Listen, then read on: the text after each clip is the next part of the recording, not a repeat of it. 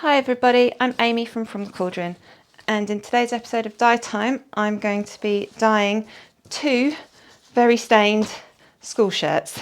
These were white at the beginning of the school year, but now, after a year of being worn by a 7-year-old, they're very stained. And these are actually from my son's best friend, who loves my tie-dye t-shirts, and he wanted me to tie-dye some tops for him. So I said I would do my best, and he wants rainbows. So what I'd like to do for one of them is to use 6 colours for the rainbow, and for another one I would like to try recreating something I did in Dye Time 28, I think it was, where I did a spiral dye of some Aida fabric and some yarn, just using 3 primaries. Yeah, there we go, that's one done. That took a long time. So I've got the 2 spirals there, and I've got a t-shirt of my own, which I'm just going to slide underneath because I don't like to waste dye. I like having these things just sort of sit in the muck of the dye. So it's not done, I've not spiraled it, I've not done anything, I've just sort of scrunched it up so it's underneath there. Right, now we're ready to start dyeing. Now I've got my mask on, I've got my gloves on, and I'm going to start off with the 3 primary colours. And the ones I've got here are lemon yellow, turquoise and fuchsia red. They are all fibre reactive dyes from Dharma. Now these are primary colours, which means they are only made of one colour molecule, so they will not split. Hang on, try and make that segment a little bit bigger, smaller. Oh. I'm just making a huge mess of this. I guess that's going to be the red section. I'm going to sprinkle red over there. Be quite generous. And I'm going to do red on the opposite corner, on the opposite segment as well. Now when I did this with the Aida and the yarn, I just used the 3 colours and it made a really nice rainbow, so I'm hoping this will make a really nice rainbow again. Going into lemon yellow now. All the equipment I'm using today is dedicated for dyeing. Don't use it for any food preparation. And I did clean this spoon off before I went into the lemon yellow. This is quite a chunky one. It has lots of some quite big bits in it. I never know when I'm using powder dye in this sort of thing how much I actually need to use. I have a much better idea when I'm just using yarn. Yeah, that lemon yellow has got everywhere, all over my gloves, all over the table. Yeah. Okay, I'm going to use a new spoon for turquoise. Now these are 100% cotton tops, and they've been soaking in soda ash and water. I think I set this up about 2 or 3 days ago, but it only needs sort of 20-30 minutes or so. Make sure they get a really good, have a good soak. It doesn't need to be days. Right, and let's move on to the second t-shirt that I've got. And for this I'm going to be using, I've got Full Flame, Creamsicle, Daffodil, New Emerald Green, Mum Jeans and Lavender. New spoon. Let's go in with Full Flame. Keep sitting down, but then I'm not quite tall enough to do this. A nice helping of Full Flame there. Now these 6 colours that I've chosen here do split. They split into the colours that they are made of, and they create, it's gorgeous when they do that. So I wanted one where I knew the colours wouldn't split and one where I knew the colours would, because then you get a really nice range of colours within the colours that you've chosen, which I think looks really lovely. That was creamsicle. That's a really lovely orange. I'm not really a reds, yellow, orange person. I much prefer the greens, blues and purples. Okay, that's the daffodil. New emerald green. Nope. This is now mum jeans. A little bit of turquoise did get on this segment. Not too worried. Hopefully this will still turn out to be a gorgeous t-shirt. And finally lavender. Now this can be quite a pale colour, so I'm going to go in heavy. There we go. Now let's add the ice. I'm just going to cover this with ice and let this all melt down. There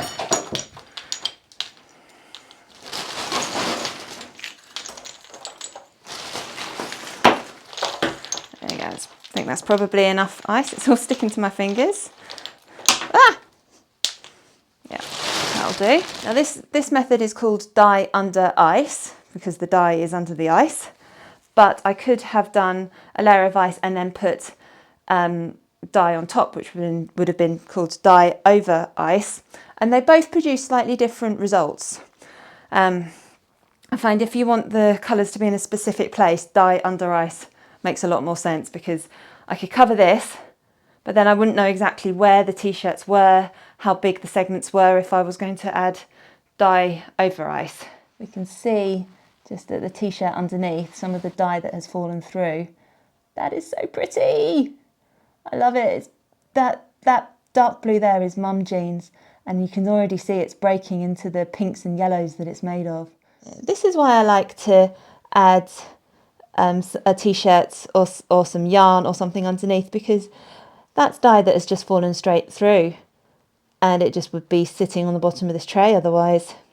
It's been about 48 hours since the ice melted, so let's see what we've got. Let's get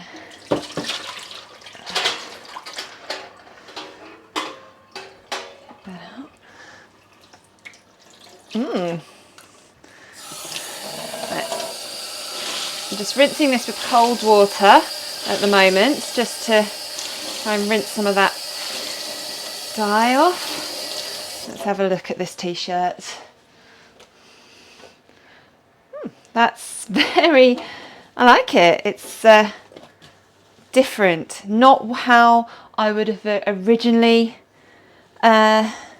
this isn't how I would dye a t-shirt, but I think it's pretty cool. I like it.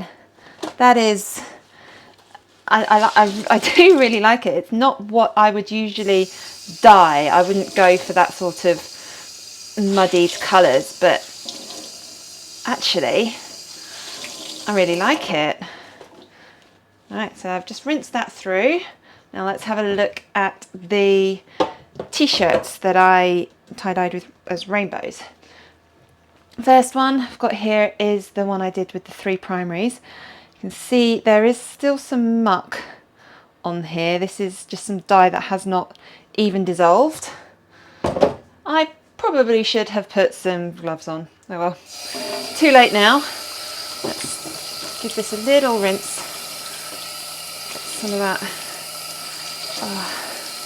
I always see this dye going down the sink and thinking, oh, it's such a waste.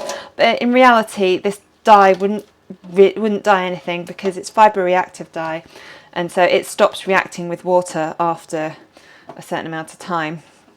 And ooh, that's very red leaning. That's pretty cool. Can you see that? I'm just giving this a quick rinse off with just some Coles tap water. Yeah, I'm regretting my decision to not wear any gloves.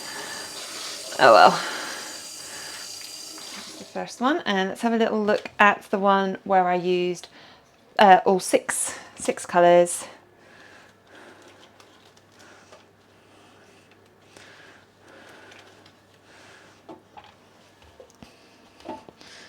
Ooh, that's pretty good too. The yellows sort of disappeared. It's mainly the cool tone colours that have come through here, but yeah, it's good. So what I'm going to do now is pop these all in the washing machine, just on a cool wash with some towels and things that I don't mind if any dye transfers to them, to give them a good wash out, because the washing machine will do a much better job than me. And here are the two tie-dye t-shirts.